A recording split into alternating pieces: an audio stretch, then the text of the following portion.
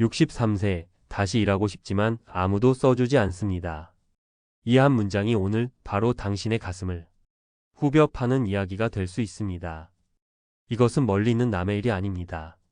잠시 후 대기업 부장으로 퇴직해 평안한 노후를 꿈꿨지만 결국 수십 대 1의 경쟁을 뚫고 들어간 경비직마저 몇 달 만에 그만둬야 했던 한 남자의 이야기를 들려드릴 겁니다. 그가 놓친 단 한 가지는 과연 무엇이었을까요? 통계청의 최근 조사는 충격적인 현실을 보여줍니다. 55세에서 79세 사이 우리 세대 10명 중 7명은 앞으로도 계속 일하기를 원한다고 합니다. 자아실현이나 사회공헌 같은 아름다운 이유 때문이 아닙니다. 응답자의 절반 이상이 택한 이유는 단 하나, 생활비의 보탬이 되기 위해서였습니다. 이것은 더 이상 선택의 문제가 아닌 생존의 문제입니다. 우리는 대부분 50대 초반, 아직 한창일 나이에 주된 일자리에서 밀려납니다. 하지만 우리가 매달 꼬박꼬박 냈던 국민연금을 받기 시작하는 나이는 63세, 많게는 65세부터입니다. 이 사이에 텅 비어버린 최소 10년. 전문가들은 이 기간을 소득 크레바스, 즉 거대한 소득의 절벽이라고 부릅니다. 심지어 연금을 받기 시작해도 안심할 수 없습니다.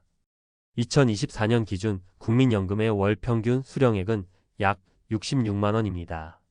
1인 가구의 한 달 최저 생계비가 134만 원인 것을 감안하면 절반에도 미치지 못하는 금액입니다. 이 거대한 균열을 메우기 위해 은퇴했던 60대들이 다시 한번 절박한 마음으로 일자리를 찾아 나설 수밖에 없는 것. 이것이 바로 우리가 마주한 차가운 현실의 구조입니다. 여기 한 남자가 있습니다. 대기업 부장으로 퇴직한 김영철 씨 가명입니다. 64세인 그는 퇴직금과 평생 모은 돈으로 자식들 결혼시키고 나면 아내와 조용하고 평안한 노후를 보낼 수 있을 거라 굳게 믿었습니다. 하지만 생각지도 못했던 부모님의 의료비 지출이 이어지고 물가는 천정부지로 치솟자 통장 잔고는 눈에 띄게 줄어들기 시작했습니다. 불안해진 김 씨는 과거 자신의 화려했던 경력을 믿고 재취업 시장의 문을 두드렸습니다. 하지만 현실의 벽은 상상 이상으로 높고 단단했습니다. 수십 통의 이력서는 읽히지도 않았고 어쩌다 연락이 닿은 곳에서는 너무 많은 나이와 과거 직급을 부담스러워했습니다. 결국 그는 눈높이를 한참 낮춰야 했습니다. 한 언론 보도에 따르면 강원도의 한 중장년 일자리 센터 관계자는 이런 말을 했습니다. 연봉 2억 원씩 받던 대기업 임원 출신 고위공직자들도 경비직을 구하러 이곳에 줄을 섭니다. 김영철 씨는 그 말을 뒤늦게 실감하며 수십 대 1의 경쟁을 뚫고 겨우 한 아파트의 경비직으로 취업했습니다.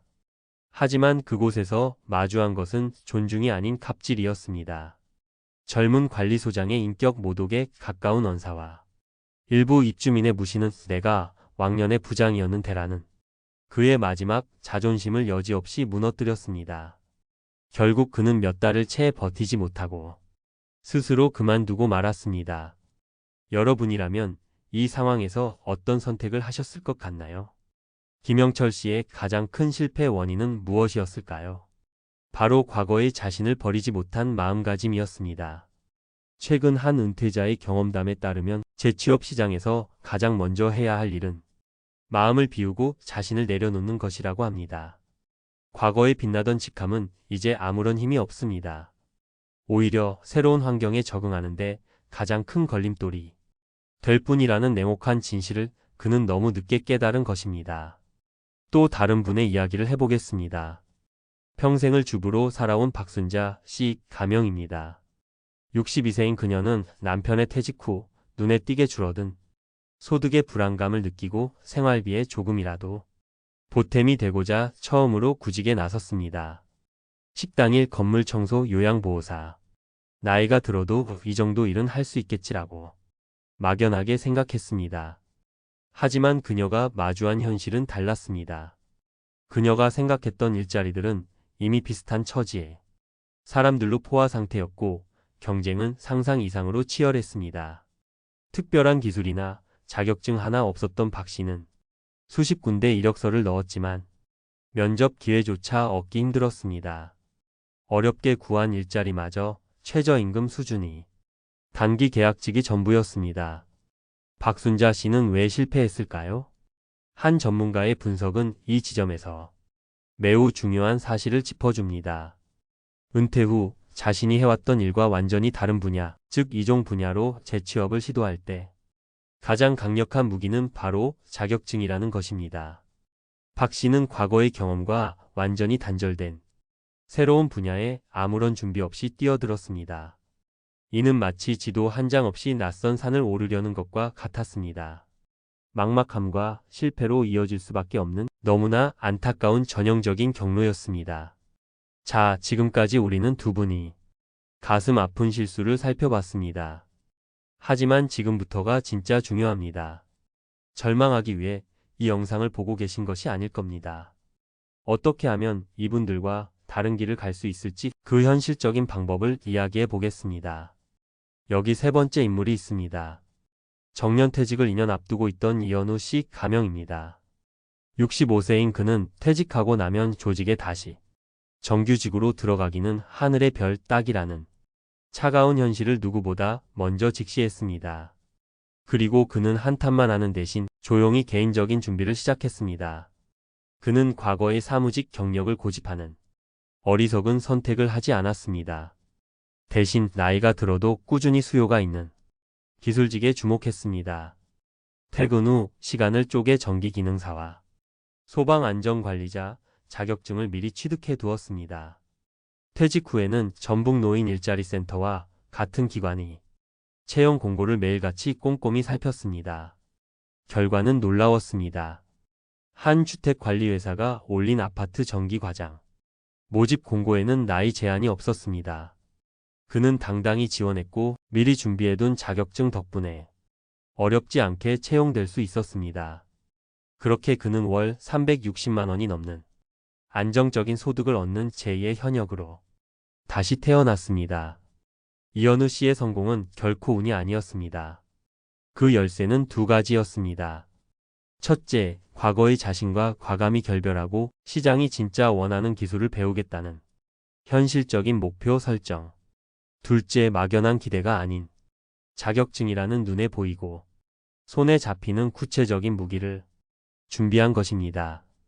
이것이야말로 과거의 전문성과 인맥으로 승부하는 동종업계 재취업이 어려운 우리 대다수에게 가장 현실적인 대안이 될 수 있음을 명확히 보여줍니다. 이제 여러분의 차례입니다. 더 이상 외면하지 마시고 지금 당장 종이와 펜을 꺼내 들어 보십시오. 첫 번째 점검할 것은 바로 나의 소득 크레바스가 얼마나 깊은가입니다.